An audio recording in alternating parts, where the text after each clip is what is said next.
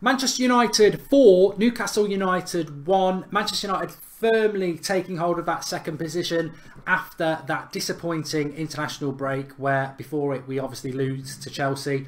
Lots of positivity, but the brilliance about this performance for me really is that we went 1-0 down. And I think Mourinho, in hindsight tonight, when he's having a glass of red, will think, you know what, maybe it would have been great if we just turned up today and we'd beaten them comfortably 4-0, no dramas. But actually, to go 1-0 behind and have to graft to get back into the result has actually really, really helped us. And to come out 4-1 from 1-0 down, like I say, you take more from that than just turning up and winning the game 4-0. Real confidence will come from that result.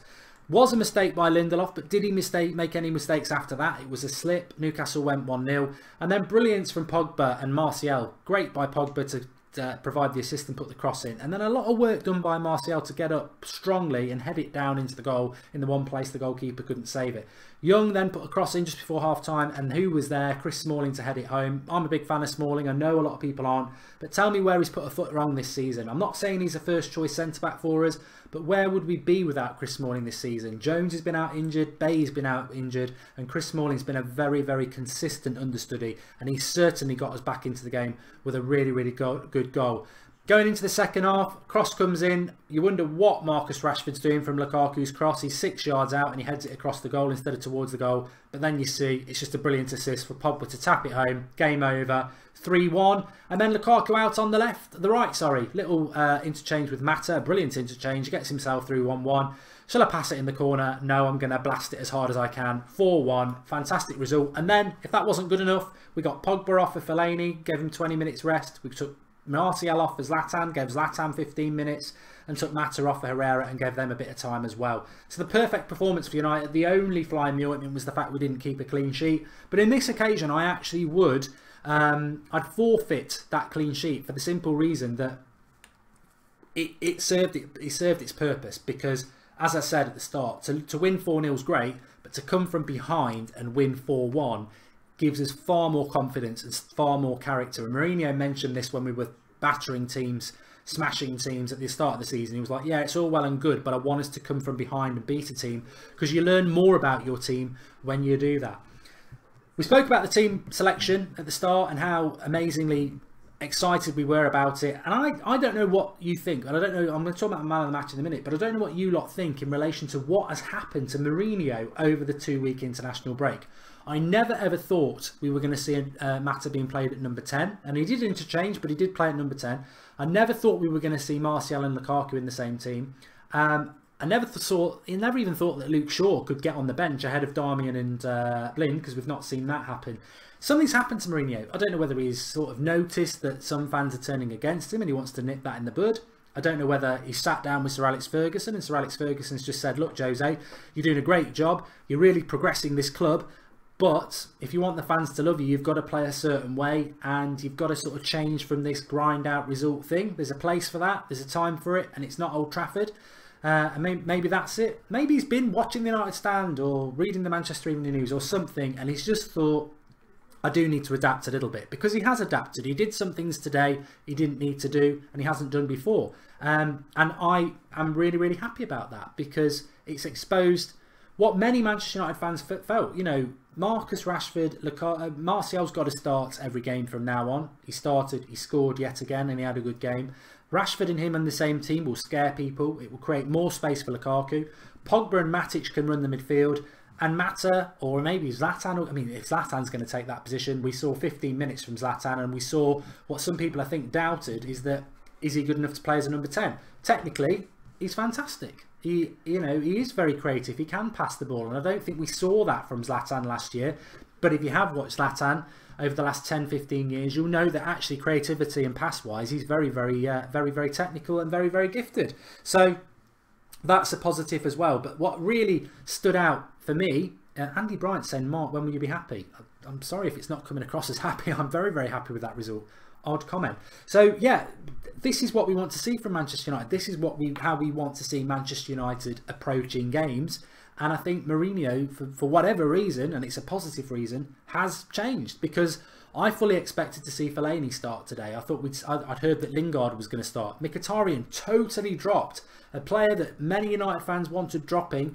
that Mourinho stuck by throughout October, totally and utterly dropped. He's totally and utterly changed his approach, and I think it's brilliant, absolutely brilliant.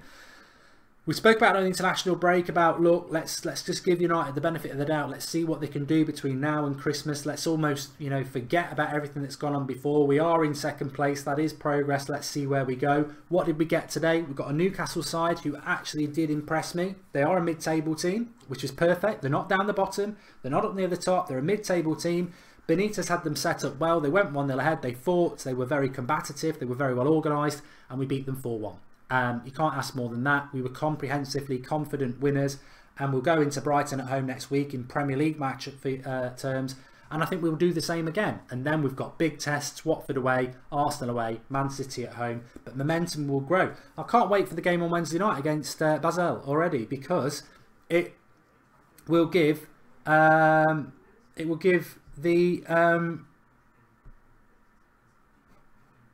the ability for people to have a go.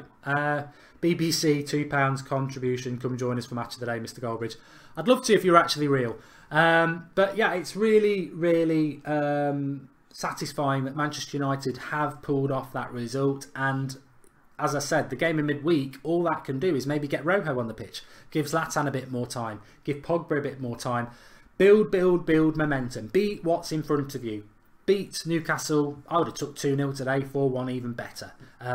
What we did see was Pogba, who, although he only played for 70 minutes, hands down my man of the match, because what we saw from Pogba is something that, again, I want to give Mourinho a big pat on the back for, because he never moaned about Pogba being injured, and we missed Pogba for 2 months.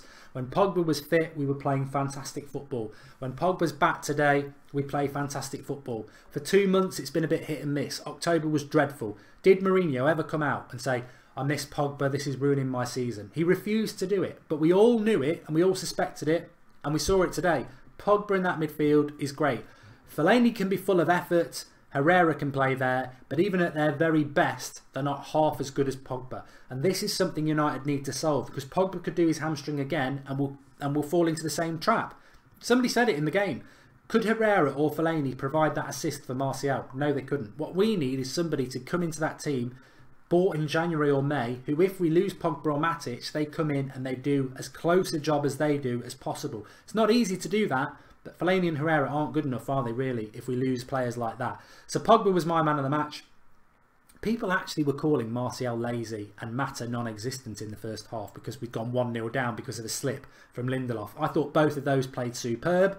I thought Lukaku is building his confidence back, but he got the goal and he got some chances today. He had 2, maybe 3 half chances, but he scored his 4th. Rashford, again, I think Rashford's not been brilliant for the last 2 months, but his endeavour and effort and his assist for the Pogba goal was great. He's a 20-year-old lad. Really excited to see him and Martial developing. I thought Mata was superb. Matic did his job. To be honest, Matic, Pogba, Mata, Lukaku, Rashford, Martial, I can't criticise them. I thought they were absolutely fantastic.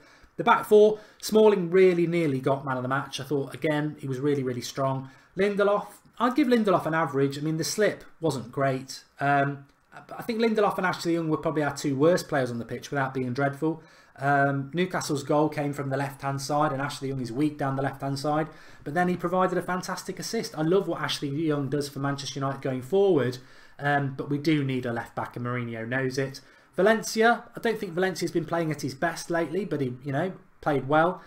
But lots to be excited about for United. I mean, I looked at that bench today, and considering Phil Jones and Bailly have got to come back as well, you look at that bench of Herrera, Fellaini, Lingard, Zlatan, Luke Shaw, Rojo, Romero. That's a strong bench. And like Ross said in the pre-match talk, for the first time in a long time, you look at that bench and you know that's a strong bench, because every single one of those players would get in the Newcastle team. So we suddenly look like we've got a strong squad, whereas a month ago we didn't. We suddenly look like a team that's going places, and we're suddenly playing well again, and everything looks really, really good. As United fan says, yes lads, I'm so hyped. One name we should go after is Gonzalez Guedes, says Paul Lucas. Well, we were linked to him before. He went to PSG and now he's back at Valencia. Ashley Young was solid, says Victor. It's all about your opinion. The worst performance was Sanders, says Adam Forrester. Pogba is in a class of his own, says Truth Teller. Loves Zlatan, says Albert. I mean, they're interviewing Zlatan.